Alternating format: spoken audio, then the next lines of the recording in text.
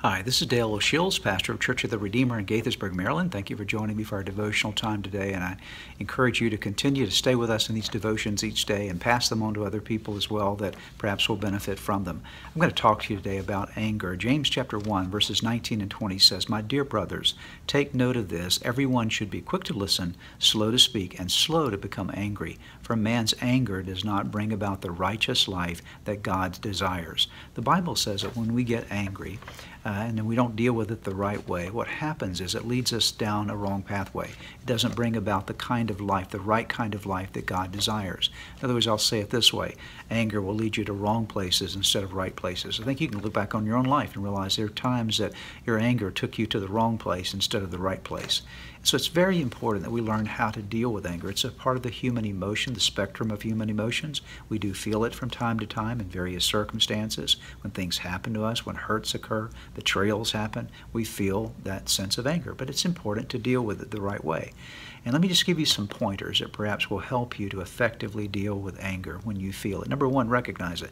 You can't deal with something that you don't recognize. A lot of times people are walking around in their life, they're angry, and they haven't even acknowledged that they're angry, and so they're not dealing with it because they haven't admitted to themselves that it's real. So check yourself out from time to time. Say, am I dealing with some anger? Am I angry about this? Listen to your conversations, listen to the words, listen to your thoughts, and see if there's an expression, manifestation, and some dimension of anger that you hear in the words that you speak to others and to yourself.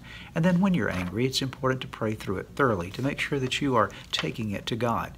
Because many times our anger is really the result of a wrong perspective that we have about something, or just a little bit of a sense of God's light shining on us can make a huge difference in the way we're thinking about someone or something.